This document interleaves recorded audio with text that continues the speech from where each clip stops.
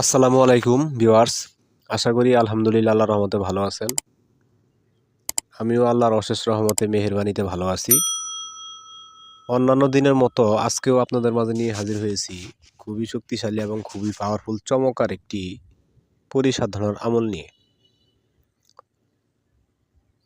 তো আমলের দিকে চলে যাওয়ার আগে আপনাদের সবার প্রতি রিকোয়েস্ট, অবশ্যই আমার এই চ্যানেলটি সাবস্ক্রাইব করে এগিয়ে যাওয়ার জন্য সহযোগিতা করবেন। যাদের ভালো লাগে শুধুমাত্র তারা।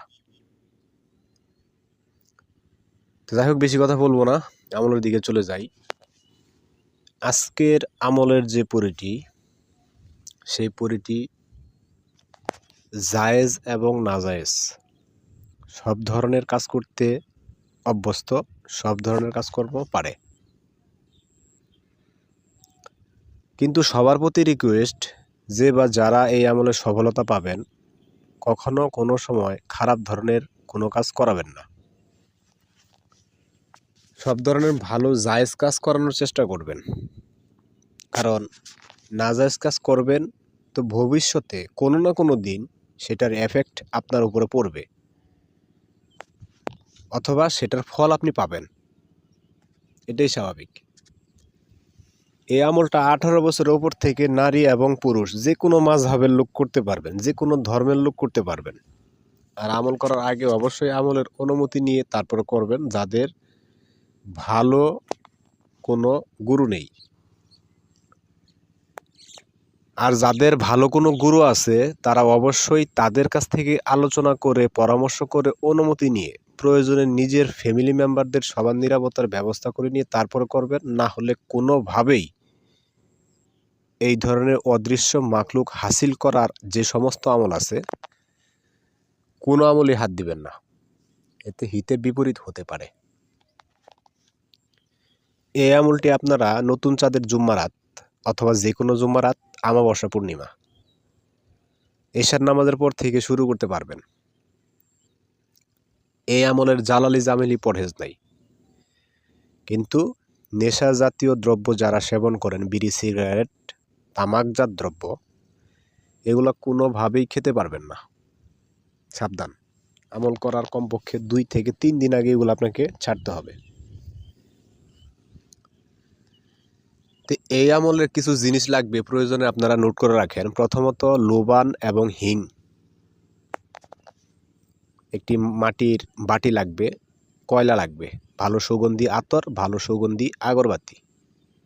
নির্জন নিরিবিলি ফাঁকা রুম সংগ্রহ করতে হবে। যে রুমে আপনি আমল করবেন আশেপাশে কোনো রুম থাকা যাবে না, আর যদি থাকে তাহলে সেগুলা ফাঁকা থাকতে হবে। আর না হলে সবাই ঘুমিয়ে যাওয়ার পর তারপরে করতে হবে।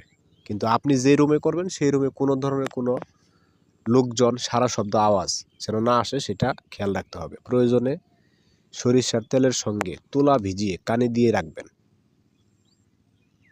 যাতে অন্য কোনো আওয়াজ, সারা শব্দ কানে না আসে। তো যখন সব কিছু অ্যারেঞ্জমেন্ট হয়ে গেছে, তখন আপনি প্রথমত তাজা গোসল করার চেষ্টা করবেন। না হলে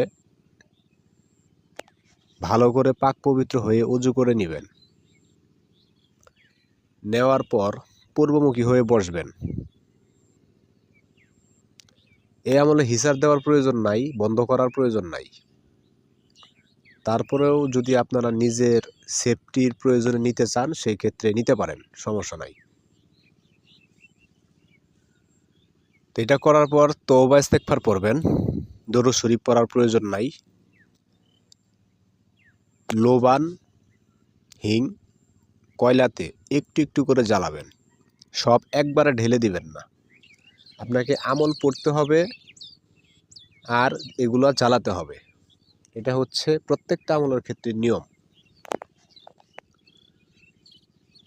তো একটি এলাচ লাগবে, এইভাবে 7 দিনে 7টা এলাচ লাগবে, সাদা, সুন্দর, নিখুঁত। তো আপনি যখন এলাচটি সামনে নেবেন, নেওয়ার পরে লাল মার্কার পেন অথবা লাল কলমের কালি দিয়ে আল্লাহ আরবি অক্ষরে এই শব্দটা এলাচের উপরে লিখবেন। লেখার পরে এলাচটি আপনি ডান হাতে নেবেন, নেওয়ার পরে বিসমিল্লাহির রহমানির রহিম 3 বার পড়বেন। পড়ার পর স্ক্রিনে আমি যে দোয়াটা দিয়ে দিয়েছি 3টা কথা আমি বলে দেই। ইয়া নূর, ইয়া ফাত্তাহ, ইয়া রহমান, এখান থেকে শুরু, শেষ পর্যন্ত 7 বার পড়বেন। হাতের মুঠির ভিতরে নিয়ে, হাতের মুঠোয় বন্ধ করে। যখন আপনি প্রথমত এলাচটি হাতে নেবেন 3 বার বিসমিল্লাহ পড়বেন, তখন হাতটা খোলা থাকবে। যখনই আপনি ইয়া নূর, ইয়া ফাত্তাহ, ইয়া রহমানু অথবা ইয়া রহমান শুরু করবেন, শুরু করার আগে হাতের মুঠিটি বন্ধ করে নেবেন। তারপর ওইভাবে বন্ধ অবস্থায় থাকবে। থাকার পর আল্লাহর 2টি অশেষ পবিত্র নাম আমি স্ক্রিনে দিয়ে দিয়েছি। সেই 2টা নাম আপনাকে 2100 বার পড়তে হবে চোখ বন্ধ করে।